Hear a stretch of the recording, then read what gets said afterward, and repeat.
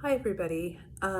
This is Catherine Vesley, and I am going to be doing my presentation for this class on anorexia nervosa and methamphetamine use disorder. I chose to do this topic just simply because I've known clients who've struggled with it. I've also known people in my personal life that have struggled with anorexia, not so much the methamphetamine use. But it is something that I feel like is getting more prevalent as time goes on. And I just think it's very important that we as therapists and counselors have an awareness of this disorder and of the co-occurring of the two disorders together. So some interesting facts that I found when I was researching this that I just wanted to kind of present to the class. The first one is that I think there's a kind of a myth that anorexia affects mostly young women. And while that is true, it does affect more women than men. It does still affect men. And when it's affecting men, it's often men who are involved in athletics. So like men that are trying to gain muscle mass, or they're trying to lose body fat but gain muscle. So kind of that sort of association is what I read a lot about. Also, and this one I think, people really don't, either they don't understand or they don't realize it. But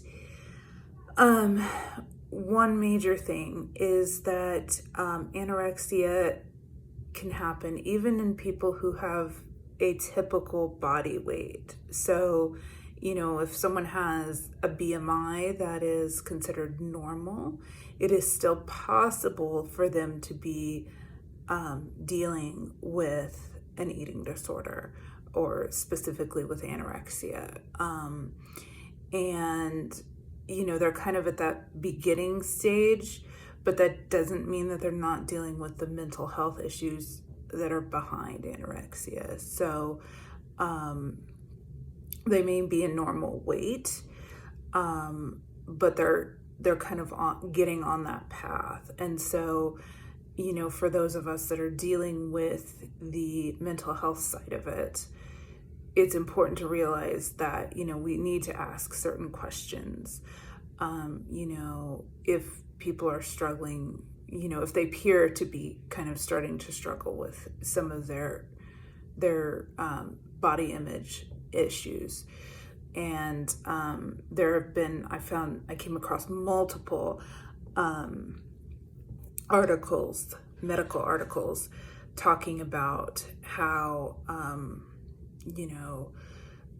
it can affect people even in these early stages with things like a lower heart rate or low electrolytes, because they're kind of dealing with some of the early onset like dehydration because they're not drinking enough fluids or things like that.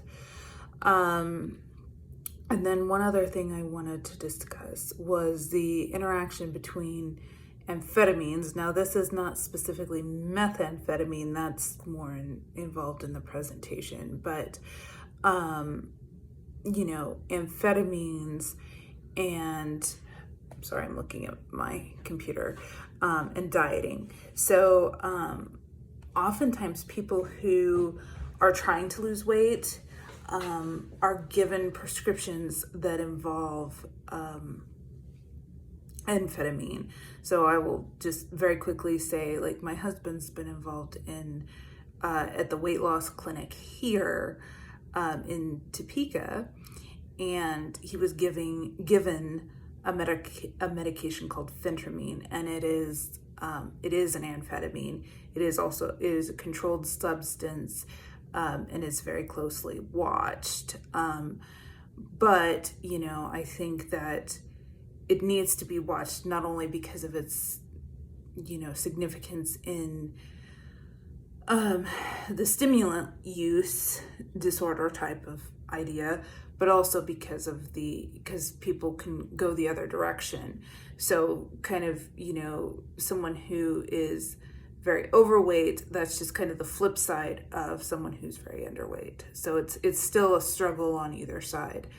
And then the other thing is that there are a lot of over the counter weight loss medications that have amphetamine in them. And that wasn't something that I knew. Like when I was looking it up, I found that out. So anyway, just this is kind of the beginning of the presentation. I hope you enjoy the presentation. Thank you very much for watching. Bye.